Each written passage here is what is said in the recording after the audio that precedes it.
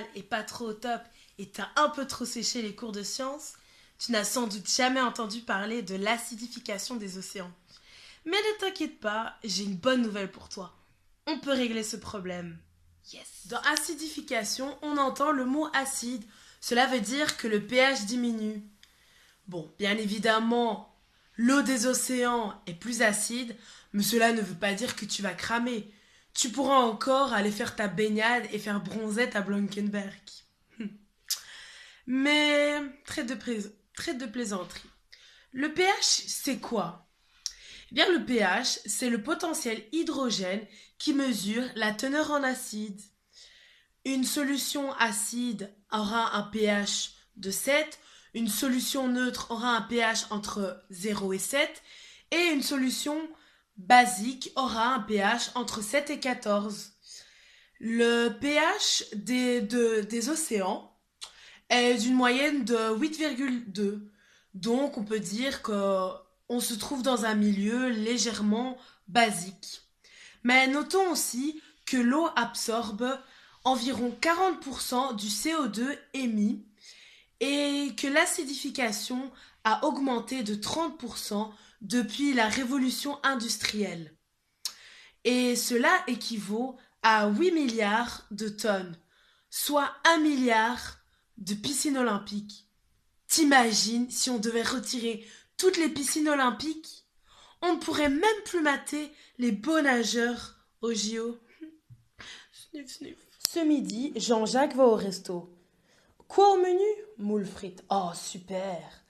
Se dit-il, jusqu'à ce qu'il voie le prix. Quelle horreur! Contrarié, il demande une explication au serveur. Monsieur, le prix des moules frites a encore augmenté. C'est quoi ce beans? Mais vous n'êtes pas au courant? Les moules sont de plus en plus victimes de l'acidification des océans. Donc l'offre va diminuer, ce qui favorise la hausse des prix. C'est quoi le problème? C'est quoi le problème? Le problème majeur est le réchauffement climatique qui est causé par la pollution due à l'environnement humain. Par exemple, les émissions de pots d'échappement produites par les véhicules qui fabriquent une grande quantité de CO2, les déchets de produits emballés, usés, le plastique, les piles usagées, les activités industrielles comme les usines et les centrales nucléaires, et comme je te l'avais dit plus tôt, l'eau des océans absorbe 40% de CO2. Et quand l'eau absorbe le CO2, le pH diminue. Donc, faudrait peut-être faire attention à ta consommation de CO2, parce que là, ça commence à faire beaucoup d'eau. C'est inquiétant. Eh bien, le corail, les coquillages et autres poissons ont du mal à s'adapter, car le pH diminue de 0,1 et donc l'acidification augmente de 30%, comme je l'avais évoqué plus tôt. Et de ce fait, les coquillages et squelettes deviennent plus fragiles et leur croissance est impactée. La corrosion s'accélère et l'espace dans lequel vivent ces organismes marins est menacé. Cela va se répercuter sur leur écosystème. Certaines espèces marines vont disparaître, donc petit à petit, cela va troubler la chaîne alimentaire jusqu'à atteindre l'homme. Bon, pour le moment, on ne voit pas encore l'impact à grande échelle, mais on le verra plutôt dans une cinquantaine d'années. Et ce qui est alarmant, c'est que ces changements sont irrévocables. On ne peut prélever le CO2 une fois qu'il est absorbé par les océans. Si nous n'agissons pas rapidement, il faudra des dizaines de milliers d'années pour que l'océan retrouve son pH d'origine. Donc, je compte sur vous les gars. Voici ce que nous proposons pour lutter contre l'acidification des océans.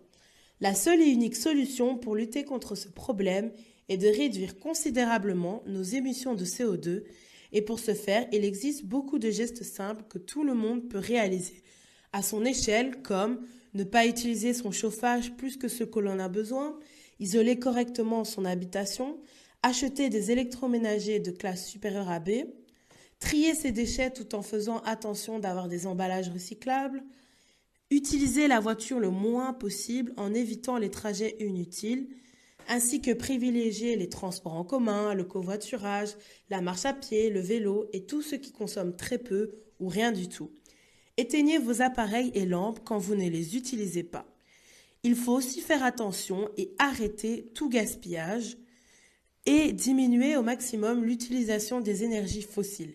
Il y a de plus en plus de solutions à ne pas négliger, comme les voitures hybrides ou électriques, les panneaux solaires ou encore les éoliennes. Voilà, j'espère que la vidéo t'a plu. N'hésite pas à mettre un pouce bleu, à partager le plus possible et à surtout t'abonner à ma chaîne. Bisous!